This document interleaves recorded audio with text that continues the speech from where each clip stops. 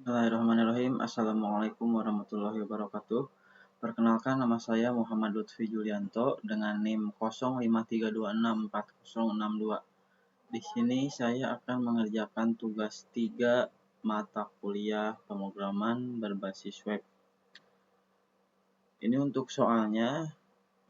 Di sini pertama itu tugas praktik 3 ini memiliki 8 indikator capaian untuk menilai hasil belajar mahasiswa.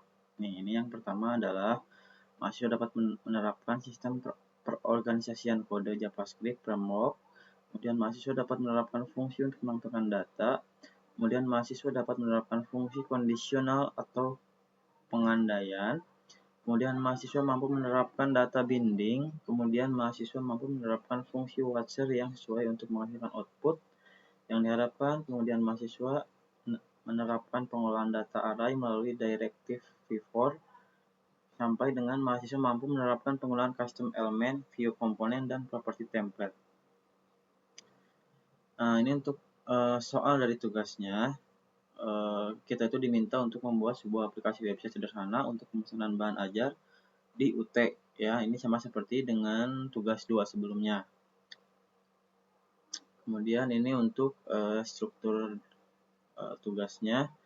Ada indeks, ada aset, kemudian ada data, ada JS, kemudian ada template, ada service juga di sini ya. Nah, kemudian ini untuk contohnya ya, nama file ini komponen menggunakan gaya kebab case untuk naming convention style yang digunakan dalam tugas ini.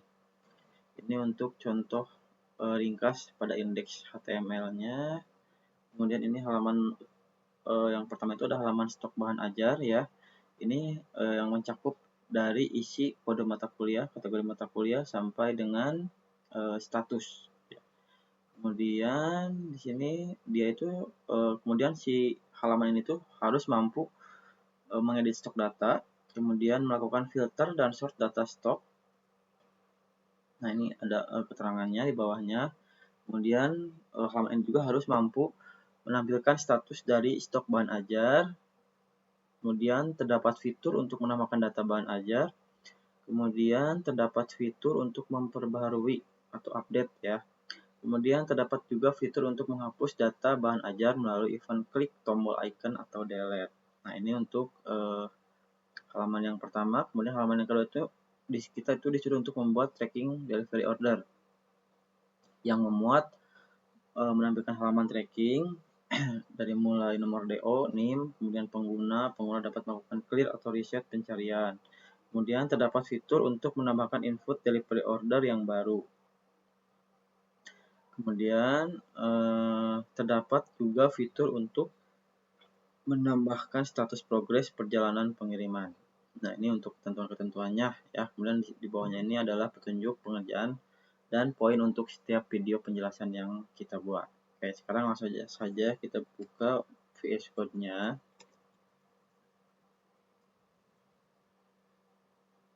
Oke. Ini kebetulan tadi saya sudah mengerjakan dulu sebelumnya ya. Jadi untuk tugas 3 ini sudah saya kerjakan. Sekarang saya akan bahas apa isi dari tiap-tiap folder ini ya. Oke, yang pertama ini adalah folder tugas 3 ini saya buat untuk membuat struktur dari tugas ini ya. Nah, ini yang pertama di sini ada indeks HTML. Ini adalah halaman utama ya dari tugas yang saya buat ini, yaitu tracking bahan ajar atau stok bahan ajar. Nah, jadi nanti untuk menu tracking dan DO itu nanti saya masukkan ke dalam HTML. Nah, kemudian di sini juga ada folder aset. Aset ini adalah folder yang berisi seluruh file static resource. Ya, fungsinya adalah yang pertama untuk menyediakan tampilan visual agar lebih rapih ya. Jadi style ini berfungsi untuk tampilan dari visual si tugas ini ya. Di sini saya menggunakan CSS, kemudian di bawah aset juga di sini ada folder data. Nah, data ini adalah isinya adalah data bahan ajar JSON yang diberikan oleh to tone ya. Jadi saya download kemudian saya masukkan ke dalam data ini. Ya, ini itu berfungsi untuk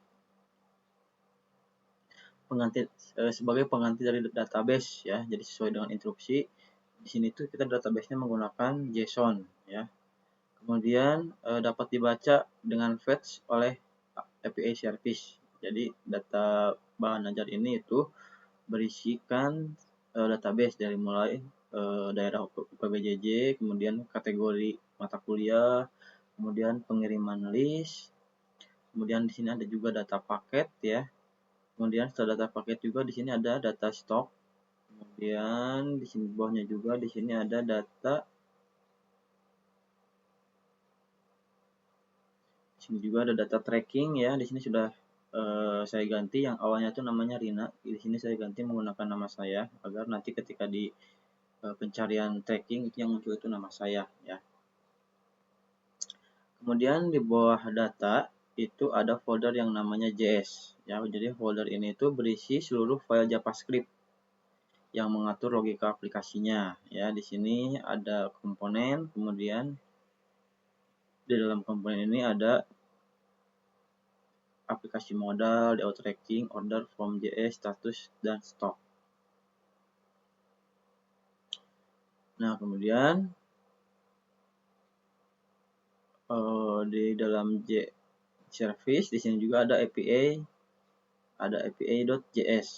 Ya, ini itu berfungsi untuk membuat template atau meletakkan bantuan fungsi helper, misalnya seperti API atau page. Jadi ini itu berisi, nah seperti ini ya, ini adalah untuk helpernya. Dia itu selain untuk sebagai helper itu dia fungsinya untuk menangani pengambilan data.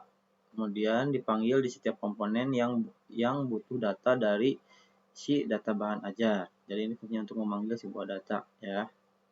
Nah, kemudian di dalam komponen di sini ada yang pertama adalah ada stok tabel ya. Stok tabel ini berfungsi untuk menampilkan tabel stok data. Kemudian memfilter, kemudian sort, dependent atau drop down. Kemudian juga ini berfungsi untuk create atau edit delete data stock ya. Kemudian modal untuk edit dan juga watcher dan compute property. Ini yang ada pada stok tabel. Kemudian tracking JS untuk DO tracking JS ini adalah berfungsi untuk pencarian DO berdasarkan DO atau NIM ya. Kemudian reset dengan ESC, kemudian bisa juga berfungsi untuk menambahkan, di sini ada create ya. Kemudian juga bisa digunakan untuk mereset, reset dengan ESC, kemudian menampilkan data detail DO ya, kemudian menambahkan progres perjalanan. Jadi ini tuh untuk operasi yang ada di dalam DO tracking. Kemudian di dalam order form di sini ada untuk fungsinya itu sebagai form pemesanan sederhana ya. Kemudian bisa juga untuk memilih paket sampai dengan menampilkan detail paket, kemudian hitung total harga ya. Kemudian juga submit order. Di sini juga fungsinya untuk menambahkan suatu data pada order form gitu ya. Kemudian selanjutnya ada status badge. Nah, ini tuh berisikan tentang sebuah file itu yang berfungsi untuk menampilkan status stok berdasarkan quantity atau safety ya. Kemudian menghasilkan badge warna hijau, orange atau merah. Nah, ini fungsi dari status badge .js. Kemudian app-modal.js ini adalah komponen model global yang dipakai untuk tambah, edit stok, kemudian konfirmasi delete, kemudian tambah DO ya. Di sini juga sudah ada template-nya, jadi tinggal dipanggil saja API modalnya. Ini itu membantu agar kita itu tidak mengulang kode HTML ya, jadi cukup dipanggilkan fungsi dari si app-modal.js-nya. Itu untuk yang ada di folder JS ya. Kemudian selanjutnya kita masuk ke folder template. Jadi folder ini itu berisi seluruh file HTML yang khusus untuk template pada setiap komponennya Jadi di sini itu ada FTP modal HTML, DO tracking, order, status base, stok dan stok tabel. Nah, fungsinya itu adalah fungsi dari template ini itu adalah untuk memisahkan struktur HTML dari script komponen.js. Jadi antara HTML dan JS itu kita buat jadi terpisah gitu agar lebih rapih gitu ya. Kemudian membuat kode lebih rapih dan mudah untuk dipelajari. Nah, ini untuk isi dari si template folder template ini ya. Kalau kita lihat ini adalah kode HTML dari app modal. Ini adalah HTML dari tracking ya, DO tracking. Kemudian ini ada order form, kemudian ada status page, kemudian ada stok tabel. Ya, ini adalah struktur HTML-nya. Oke, selanjutnya sekarang kita akan coba hasil dari tugas 3 ini. Yang pertama di bagian indeks kita klik kanan, kemudian kita buka menggunakan left server. Nah, ini adalah tampilan dari index.html ya. Di sini sudah memuat UT daerah, kemudian ini untuk memfilter ya di bawahnya. Kemudian di bawahnya ini ada kumpulan data-data bahan ajar yang tadi ada di dalam data bahan ajar.js. Nah, kemudian sekarang kita akan coba filter bahan ajar ini ya dari mulai UT daerah. Misalkan di sini kita pilihnya yang Jakarta ya. Kalau kita lihat di sini itu ada dua ya, Jakarta 2, Surabaya dan Makassar. Kita coba pilih yang Jakarta. Nah, ini secara otomatis dia akan memfilter langsung UT daerah Jakarta saja. Kemudian untuk kategori kita lihat di sini kategorinya, di sini itu kategorinya MK wajib dua-duanya. Kita coba pilih yang MK pilihan. Nah, dia tidak muncul karena tidak ada mata kuliah pilihan ya, yang tadi di dua tadi. Kalau kita pilih mata kuliah wajib, di sini akan muncul mata kuliah wajibnya. Kemudian untuk mode, di sini itu mode itu untuk stoknya ya. Ini cuma dua pilihan, jadi tidak usah kita pilih saja. Nah, ini sudah ya. Kemudian sort by, ini kita akan mengurutkan berdasarkan apa? Apakah judul, stok, atau harga. Kalau misalkan kita urutkan berdasarkan harga, maka nanti yang paling atas adalah harga yang paling murah. Nah, kalau sudah, kemudian kita reset, maka dia akan kembali ke tampilan sebelumnya. Kemudian itu tadi fitur dari filter ya. Kemudian sekarang kita akan menggunakan fitur pencarian. Di sini ada keterangan adalah cari kode atau judul. Misalkan di sini saya akan masukkan judul ya. Misalkan judulnya adalah pengantar manajemen. Oke, pengantar. Nah, ketika kita menulis pengantar, di sini yang muncul adalah pengantar manajemen dan pengantar akuntansi. Kemudian kita lebih detail lagi, pengantar akun. Nah, dia sudah berfungsi juga ya, dia otomatis mencarikan kata kunci apa yang kita cari. Atau misalkan kita mau menggunakan kode mata kuliahnya, menggunakan ECMA, kemudian 4115. Nah, di sini sudah muncul ya ECMA 4115 untuk mata kuliah pengantar akuntansi. Nah, ini untuk di form dari stok bahan ajar semuanya sudah berfungsi ya. Atau misalkan kita mau coba untuk edit ya, kita coba edit yang pengantar manajemen ini ya, kita coba edit yang awalnya harga 65.000 menjadi misalkan kita ganti jadi 95.000. 95.000. Kalau sudah klik update. Oke, di sini sudah berubah ya. Jadi harganya 95.000. Kalau misalkan kita short itu berdasarkan harga, maka nanti dia akan paling bawah karena di harga termahalnya.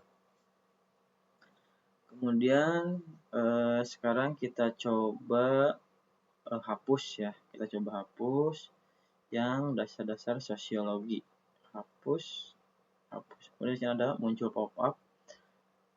Apakah Anda akan menghapus dasar sosiologi? Kemudian klik OK. Nah, ini sudah tidak ada ya, artinya semua fitur yang ada di sini itu sudah berfungsi yang ada di dalam stok. Kemudian kita masuk ke tracking DO. Oke, di dalam menu tracking DO ini yang pertama muncul adalah pencarian DO. Ini bisa berdasarkan NIM atau berdasarkan nomor delivery ordernya. karena saya misalkan saya tidak tahu nomor DO saya berapa, jadi saya tinggal memasukkan NIM dengan NIM saya yaitu 0532640662. Kalau sudah kita cari, nah di sini sudah muncul ya. Ini adalah NIM saya, kemudian ini nama saya adalah Muhammad Lutfi Julianto. Ini untuk status, tanggal, dan paketnya ya, dan juga totalnya itu 120.000. Kemudian untuk nomor DO-nya ini ya, DO yang ini. Oke, ini untuk DO saya ya. Jadi ini sudah berfungsi juga pada DO. Kemudian kita coba reset. Nah, dia kembali lagi ke tampilan awalnya. Nah, kemudian sekarang kita akan coba di sini ada tambah DO. Kita akan coba menggunakan form tambah DO ini. Yang pertama kita masukkan NIM dummy ya. Misalkan 1 2 3 4 5 6 7 8 19. Kemudian namanya misalkan Agus. Kemudian UPBJJ-nya kita pilih Padang. Kemudian paketnya kita pilih paket IPA dasar misalkan ya. Nah, ini untuk IPA dasar langsung keluar harganya yaitu 140.000. Kemudian oke, kita ini NIM, kemudian kita tambah DO. DO berhasil dibuka. Nah, ini langsung muncul nomor DO-nya. Ya. Langsung muncul nomor DO-nya, kemudian kita copy. Dia ditambahkan cek halaman tracking. Nah, jadi di sini ada pemberitahuan bahwa DO yang kita masukkan sebelumnya ini sudah berhasil ditambahkan. Oke, sekarang kita coba masuk ke halaman tracking DO. Ya, di sini kita copy, kita paste DO yang tadi muncul ya. Kemudian kita cari. Oke, di sini muncul juga ya. Di sini ada nomor DO, kemudian namanya Agus ya yang tadi itu. Kemudian paketnya juga paket UT002 dengan total 140.000 sesuai dengan yang tadi kita buat sebelumnya. Oke, ini untuk tambah DO dan tracking DO juga sudah berfungsi. Kemudian sekarang pada halaman stok di sini kita akan coba menambahkan bahan ajar ya. Kalau tadi kita sudah menghapus, sekarang kita akan coba menambahkan bahan ajar. Kemudian tambah bahan ajar. Kemudian kodenya misalkan di sini STSI 1113. Kemudian judulnya pemrograman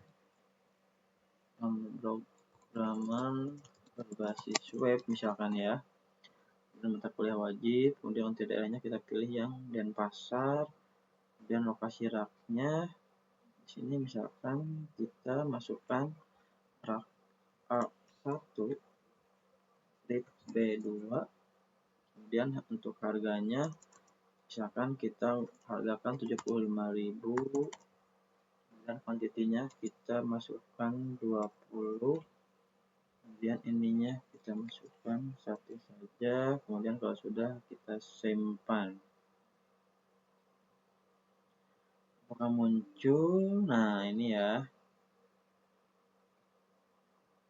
Oke, di sini sudah muncul ya pemrograman berbasis web dengan kode sekian, mata kuliah wajib. Ini untuk daerah Makassar, kemudian lokasi raknya ini harganya juga muncul, dan kuantitinya juga muncul, dan safety-nya juga ada ya. Kemudian ini untuk statusnya itu statusnya aman karena di sini kuantitinya adalah 20 ya. Jadi stoknya ada 20, jadi maka statusnya itu aman. Misalkan sekarang kita ganti ke yang ini ya. Misalkan kita mau yang ini juga, kita akan edit menjadi catatan HTML-nya itu adalah cover baru, atau misalkan terbitan baru 2025. Kalau sudah kita update, maka nanti ketika kalian mengarahkan ke sini, maka di sini akan muncul terbitan baru 2025. Nah, artinya untuk fitur dari tambah bahan ajar ini adalah sudah berfungsi dengan baik ya. Oke, mungkin itu saja untuk tugas 3 pemrograman berbasis web dari saya. Mohon maaf bila dalam penjelasannya ada yang salah atau kurang tepat, mohon dikoreksi. Terima kasih atas perhatiannya. Assalamualaikum warahmatullahi wabarakatuh.